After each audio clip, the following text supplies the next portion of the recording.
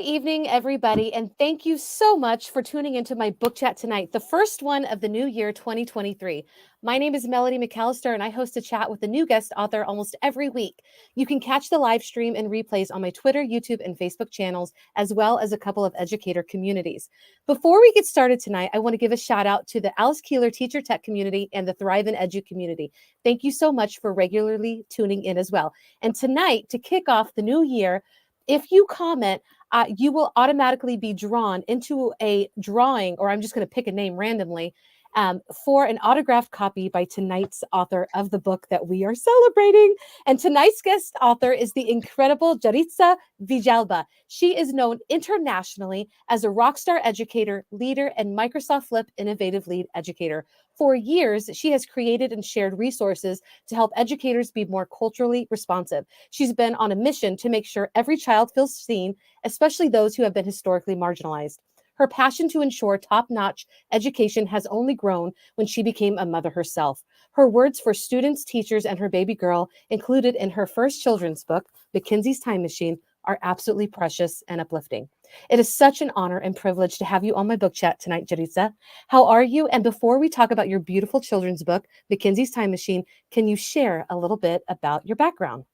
Okay, wait. That introduction, that introduction, I am using that intro for like the next 4 years. That's going to be like my walking out intro. Um, but humbly speaking, thank you so much. As Melody mentioned, my name is Yaritza Villalba. I'm currently an educator innovation lead for Flip. Prior to joining the Flip team, I was a history teacher. I taught history for 11 years inside of an expeditionary learning school, a school for, I try not to use the term transfer school because I'm still learning and reflecting on how negatively that impacts students. But a school for students who at that time didn't meet the needs of the state. And so my students were overage and undercredited students who were ages 16 and 21. But Wow. being their teacher is honestly why I'm here today and able to have this conversation with you. I've learned so much from my students, their experiences, but also they humbled me, right? They let me know, like, Miss, you still have a lot of learning to do. And then when I joined the Flip team, my focus is cultural and linguistic diversity. So I get to meet educators from all around the world who want to change education, who want to empower student voice, and just being able to work collaboratively with everyone has opened my eyes to what the world really looks like and how we can truly impact learning for all students if we just work together. I love that so much. And I know that you talk about this. This next question I have for you, you talk about this in here, but not everybody has this book. So I just want you to kind of touch on what inspired you to write Mackenzie's Time Machine. So I mentioned I was a history teacher, right? So in being a Hmm. history teacher, especially in New York, a lot of your certification exams are focused on that content area. And even when I was taking those certification exams, there was one question that always popped up: who's missing? Why are we not talking about the enslavement of Africans? Why are we not talking about the forced migration of indigenous peoples? And so, early on, I knew that if I was to ever have a child, I wanted to be very transparent about our history, about the histories of immigrants, migrations of people, forced migrations of people. And so when I got pregnant, the first thing that I did was the same thing I do with everything. I took it to Twitter and I was like, hey, everyone, I need some culturally responsive books. And what ended up happening is, of course, our Twitter community is so loving and supportive. I received so many books, and just going through the books, I realized that one, it's difficult to ask someone else to send culturally responsive books about your own culture if they don't fully Right. understand who you are or what your experiences are. And two, most of the books that were given to us or gifted to us only had Black characters, right? So it Oh, almost wow. seemed like they only sent it to me because it had a Black character. Um, but beyond that, I didn't want it to just be a book about a Black character. I wanted it to be something where when Mackenzie opens it, it takes her on this journey through people that we don't get to learn about on a daily basis.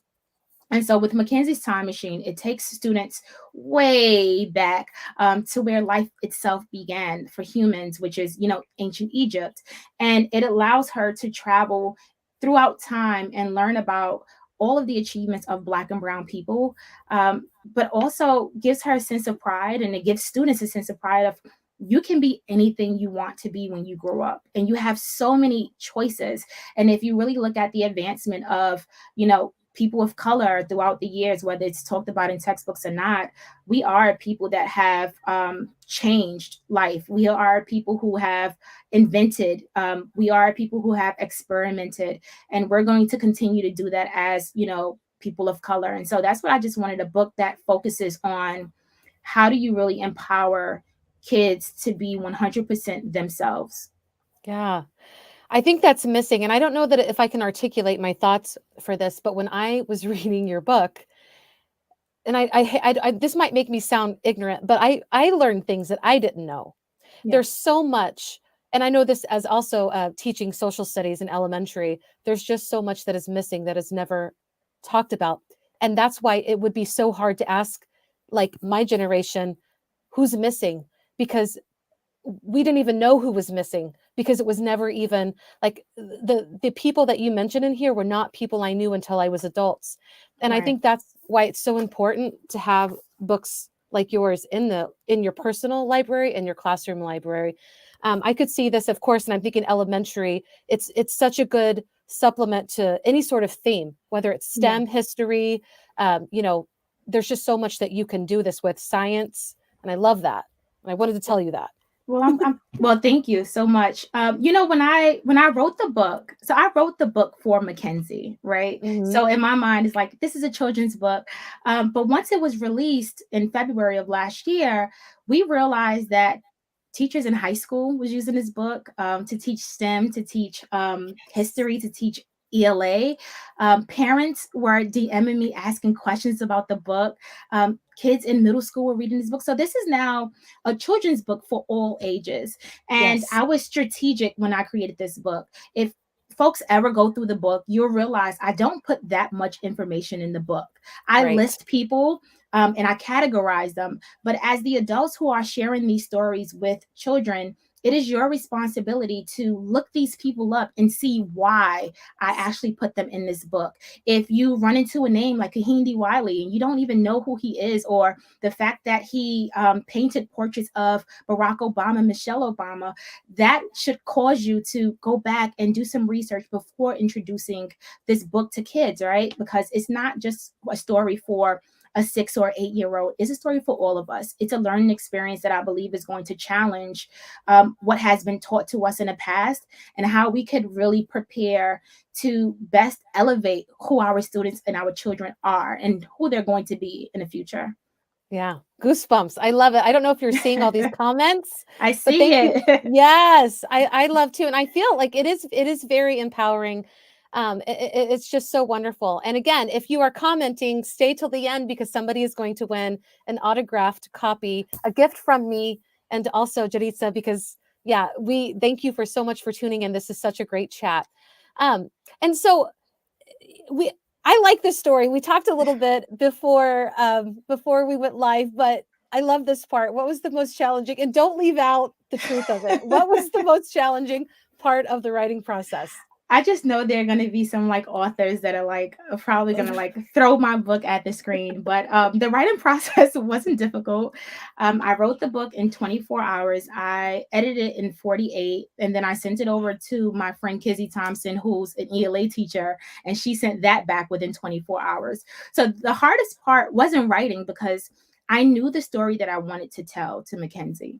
I knew the people who I wanted her to be inspired by. It was just difficult to find an illustrator. I put out Yes. tweets as I always do, and we had illustrators just responding to the tweets. But whenever I would see a mock-up, right, and these mock-ups was based off of what I shared. So in my imagination, and Matt could attest to this, when I wrote out the entire book, I put descriptions of what I thought the picture should be. I put descriptions of what I thought the character should be and what the character should be doing. So it's almost like I just created everything in the book. And so when we were looking for an illustrator, I already had in my mind, I wanted a brown skinned girl. I wanted her to have two puffs. I want her to wear some nice sneakers because I'm a sneakerhead. And I want her to almost like wear like a sweatshirt, right? Because I love Mhm. sweatshirts, but also it's to just show people that girls can wear anything they want to wear, right? Yeah. But and then I played a little around with the jeans because educators, I've been hearing that some educators have to ask for permission to wear jeans in school. This is just me, just like going against that rule. So I pictured Mackenzie's character just looking this awesome Brooklyn hip hop way because I'm a Brooklyn girl. Even though I was born in Panama, I was raised in Brooklyn.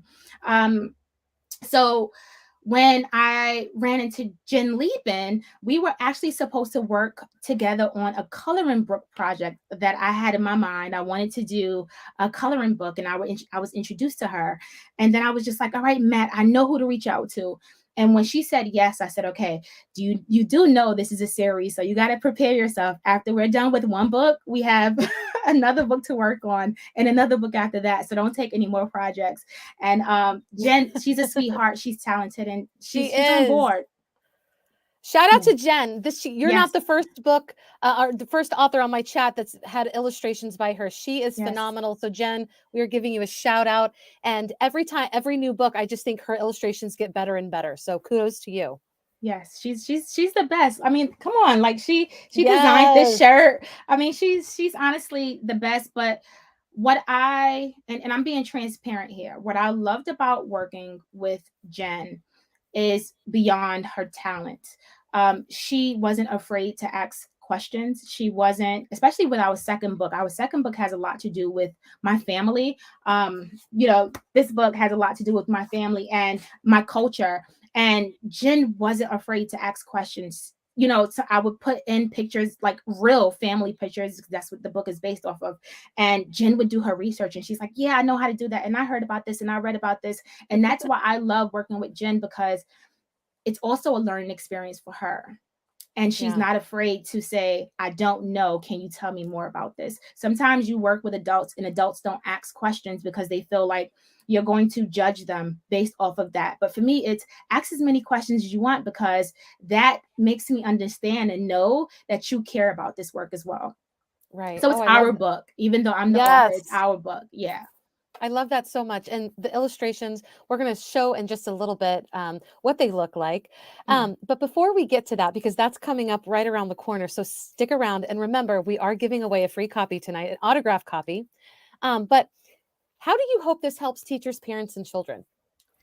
So, for those of you who have the book, at the end of the book, I have a flip activity. For those of you who don't have the book, hey, I have a flip activity. Um, and it's in the back of the book. And, my hopes are that when educators and parents read this book, it challenges them. There's nothing like a good challenge. And educators, I'm sorry, but we need challenges, right? Because not too many people challenge us, because we're always in front of the classroom and we're just like, hey, we know the right answers to everything. This book allows a person to question what they already assumed about the history of African American people, indigenous people, and people of color.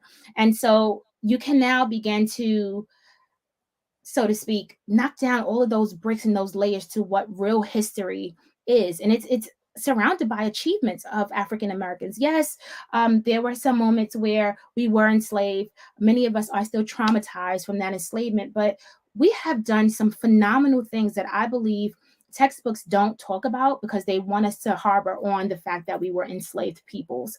And if we take that knowledge of the fact that we were enslaved and go back a couple of hundred years, we'll know that, in early civilizations, we owned all of the gold. We were the ones that came up with, a 365-day calendar year. We were the ones that knew knowledge about mathematical equations. And so we really have to sit down as educators, regardless of what color you are, and do the work. This book is preparing you to do the work in a simple way. But also it allows your students and your kids to interact in a way where it's social and emotional learning. They are coloring, they are designing, they are reflecting on who they want to be when they grow up. when we're kids, we're always asked that questions. And sometimes our answers is, I want to be a princess. I want to be a king. This book also introduces them to people who have changed life in America, right? Yeah. But also some people that they literally see on the TV, like LeBron James. A Mm-hmm. lot of people don't talk much about what he's doing for Black communities. They don't talk Mm-hmm. about his school. They talk more about, his stats as an NBA superstar.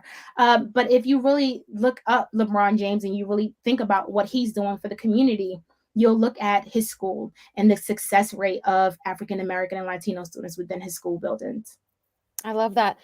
I do. I really appreciated how you put like people from history, but also people in present day. I think Mhm. that's a great thing to do. And you don't find that a lot. But, and I just want to say, I'm a white person. We talk about doing the work. McKenzie is, she's a brown girl, but white kids need to see brown characters too. So Yeah, if you are a white parent like me, our white children also need to have books in front of them with characters that look different from them. So it's important to have characters that look like you, but also characters that don't look like you. And so I want to just say, I know yeah, it may sound weird to people, like you're talking about your white person self, but yeah, like our kids, this is how we have conversations with kids about what is going on in society, and this is how we change that narrative and make it more natural to talk about, and right. to show. I love this, and I'm glad that I have it in my personal library. And you wrote a sweet message to it, and I just, again, get this book. I'm dropping the links. You need to get it. Um, yes, and Mary Alice says talking about LeBron as a human. You do that. You make it so human. You make all Yeah. of the people, so human. Um, but I also want to talk about this Pear Deck lesson. I went through it myself, and as a fellow educator, very impressed. And it's free. Can you tell Yeah. us a little bit about it? Um, I love Pear Deck. Let me just start off that way. Shout outs to Pear Deck. I love using Pear Deck when I was a teacher, but even outside of the classroom, and I'm actually going to share some Pear Deck things at IdeaCon. I think of Pear Deck as this interactive way for students to color, to interact with slides, and to engage in lesson plans that lead to critical thinking. The same way that I think about Flip, right? The Mm-hmm. difference is with Pear Deck, everything is just there. And so when we planned on, okay, Yuritsa, let's write a blog about why you created McKenzie's Time Machine and what coaching responsive teaching is, we were also like, we have to create a resource for educators to be able to use within their classroom. So way beyond just the activity that's already in the book, how can we really push thinking? And so I created the questions, and then Pear Deck did their magic, right? They created this slide deck that's absolutely free. You can download it, you can use it with your students. But then it asks students to reflect. And at the end is that same flip activity of, what do you want to be when you grow up? You can be anything that you want to be. This lesson plan, I had so much fun planning with the Pear Deck team. And if I had to do it again, I definitely would, because it allows teachers to use resources that are free. I Yeah, love working with companies that make resources that are readily available free, right. not of charge. So definitely this is one of the lesson plans that was the highlight of my 2022. Nice. Yeah. And this is the best time to do it. The beginning of a new year. Martin Luther King Jr.'s birthday is right around the corner. This is Yep. such a great time. Of course, it's great 365, sometimes 366 days as well, but perfect for right now, especially. Thank you for sharing that. And now comes, this is okay. This is my favorite part of all of my book chats. I love when authors read some of their books. So I'm asking you if you would please read maybe, just some of your favorite parts, but you also said that you would share some of your favorite illustrations. Yeah. So I don't know, and maybe you all can write this in a chat. How many of you are, like you learn best from pictures and images as opposed to words? And Mm, maybe, you all can write that in a chat and maybe I can see it. But I learn best from pictures. And as a history teacher, I used to look at a lot of primary and secondary sources that were pictures and charts. And so I was able to analyze, I was able to make inferences, I was able to make these educational guesses on, well, what was the impact? What's going to happen next? Or what caused this? And so I definitely want to share some text, but then I'll share some pictures with you all that we were very strategic in putting it here because it is a part of our history, and it honestly means the world to me that it's a part of this book. So I'll definitely start, but I'm going to skip some pages because, you know, I like talking about Africa. Mhm. So how about I start at the second page? Um, should I hold it up this way? I can hold it up. You tell me. Yeah, I haven't You done like a read aloud in so long, y'all. okay? Yes, so Tell me I'm what gonna do pages I need to open this. up. Yes, the second page. So right where it says, "But before she could peacefully." Okay. Oh wait, not the astronaut. Oh my gosh, No, yes. not the I'm a little astronaut. bit too far. I'm sorry. Forgive me. I'm almost there. Here we go. Yes, yes, yes. But before she could, but before she could peacefully sleep, she asked her mom to read her a bedtime story. Mom answered, "Of course, McKenzie. I'm going to tell you a story about the people who came before you, your ancestors." Mom began her story. It all began more than 35,000 years ago on the continent of Africa. Okay, so we're in ancient Egypt now. I'm going a little faster than Oh you. my god, I'm sorry. I'm behind. Oh my gosh, I'm behind.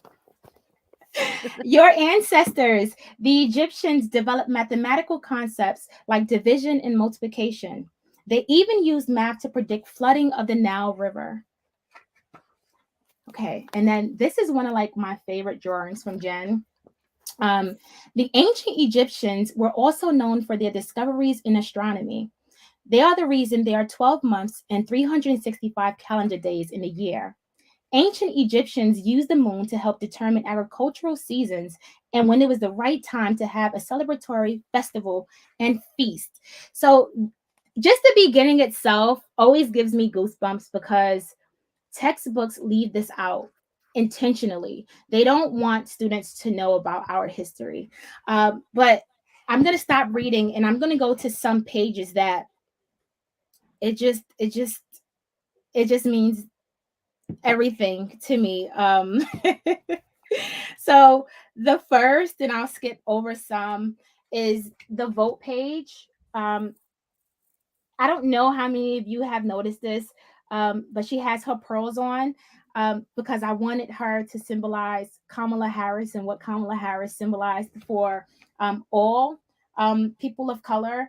And then we just talked about her being a politician or a congresswoman.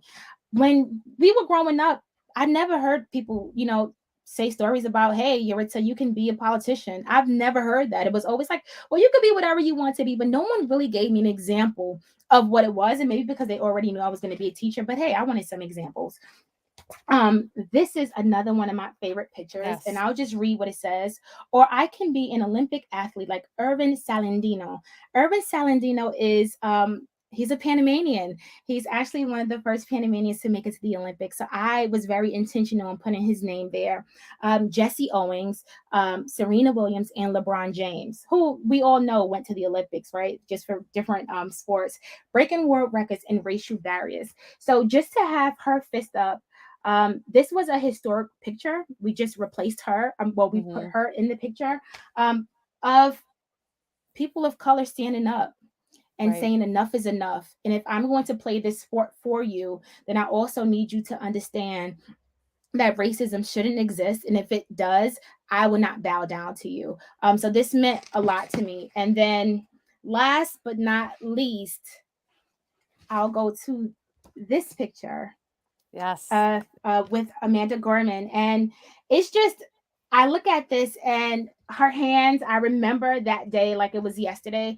But I wanted McKenzie and every single kid that read this book to be able to look up to her and just say, even if I'm not a poet, even if I'm not good with words, I still have the ability to change this world. So I can still become an author. I could even have an entire picture book with no words, but I can make it possible. So I didn't want to read the entire book, but I definitely wanted to show and share with all of you what are some favorite aspects of this book. Ah. Yeah. Well, I gotta be honest with you. I have so many goosebumps.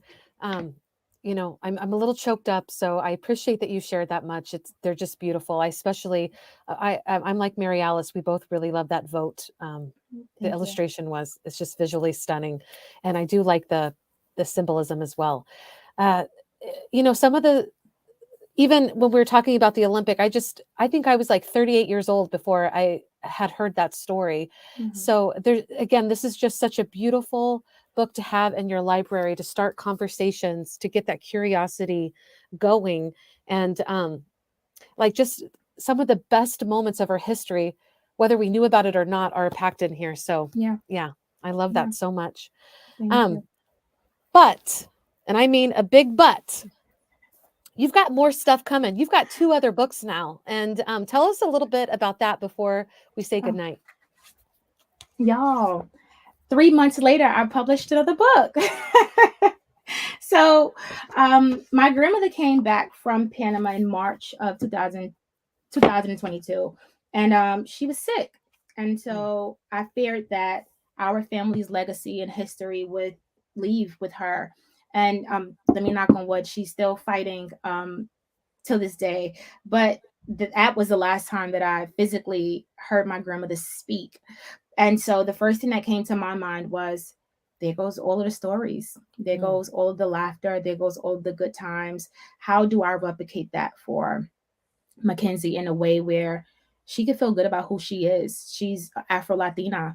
Her dad is Jamaican, and if anybody knows the history of Panamanians in Jamaica, you know that a lot of Jamaicans came to the Panama to build the canal. Even though I didn't meet him in Panama, but just saying, right? There's a lot of history there that I still wanted McKenzie to be able to speak up about if someone mhm. was to ever question it.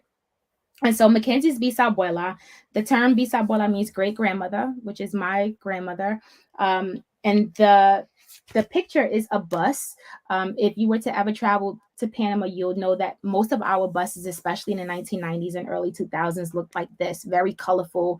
It usually has the directions at the top to where the bus is going or where it came from. So we were very strategic with this. But if you look at the glass, it has all of my grandmother's daughters' names and their kids.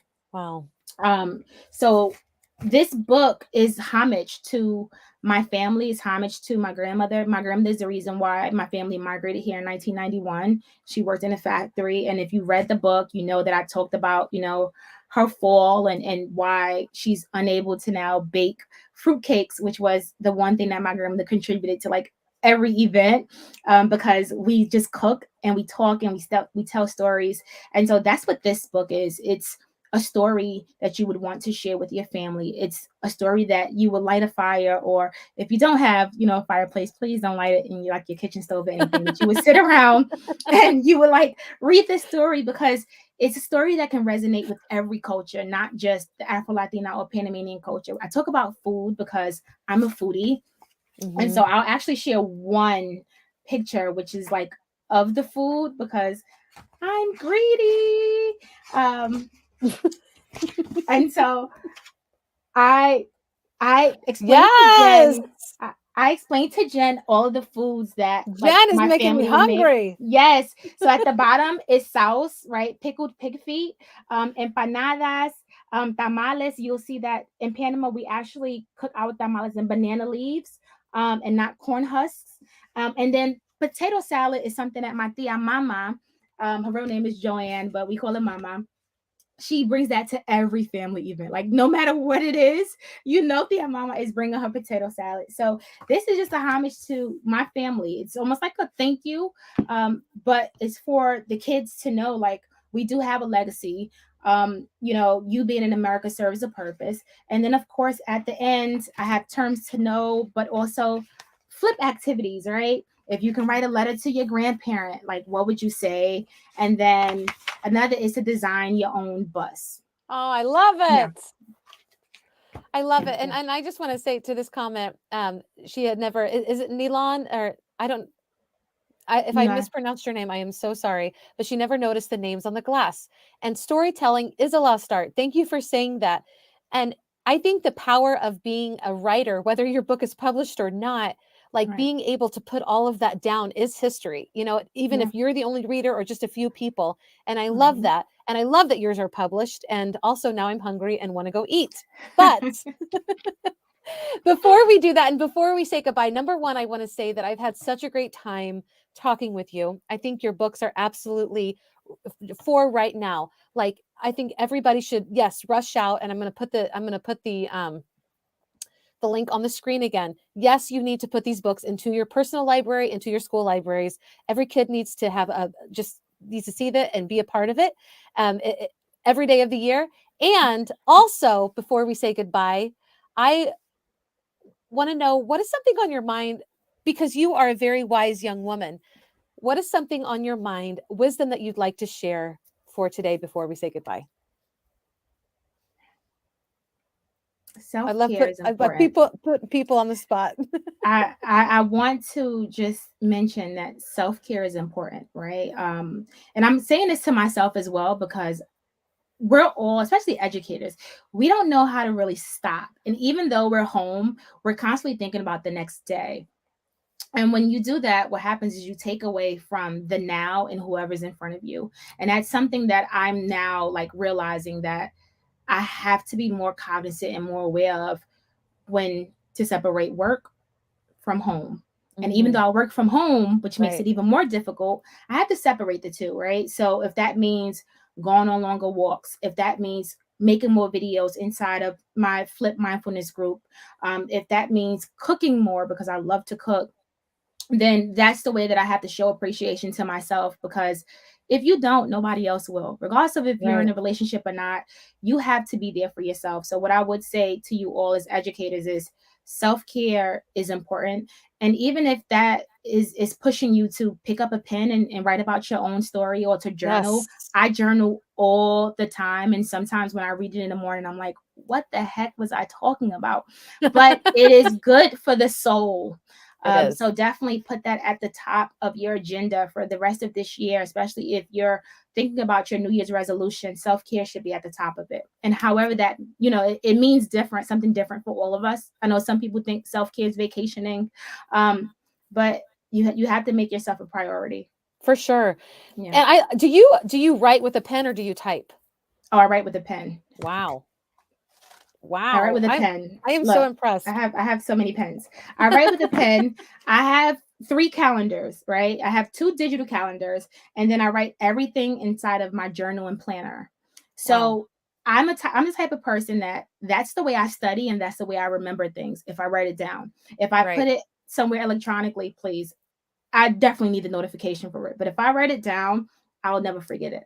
Oh, I love that. I love that. And Yeah. and I want to add, for self-care, if you're watching and you're not an educator, maybe you're a mom or you're a dad or you're just caring for others, it is so easy to put yourself on the back burner. So yes, find that way of self-care, whatever it means to you. I agree with you wholeheartedly. Now, Yeah. I promised that somebody was going to win this book before we said goodbye. So here, what I'm going to do is I'm going to go through the comments. Yaritza, you're not going to be able to see, but you're going to say in a few seconds. I'm sorry, I had an itch on my nose. I know you're not supposed to touch your face, but anyway, I did. You're going to say, you're going to say stop, and if it's a comment that I made, I'm going to go to the one above it. But whenever you say stop, whoever I land on gets the autographed book. Okay. Okay. Okay. So here we go. You ready? Yeah. Okay. Oh my gosh. Wait, I'm Stop. not ready. You not Wait, ready? now. No. I was, but then I lost. Okay, keep going. Okay. Stop.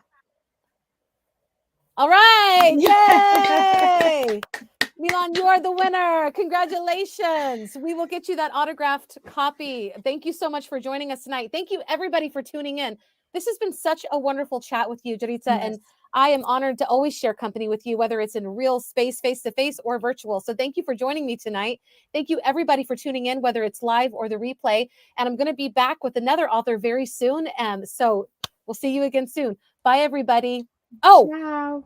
and I want to say, if you love a book, if you love an author, the best way you can show that is not just buying their book, but giving them a 5-star review. Okay.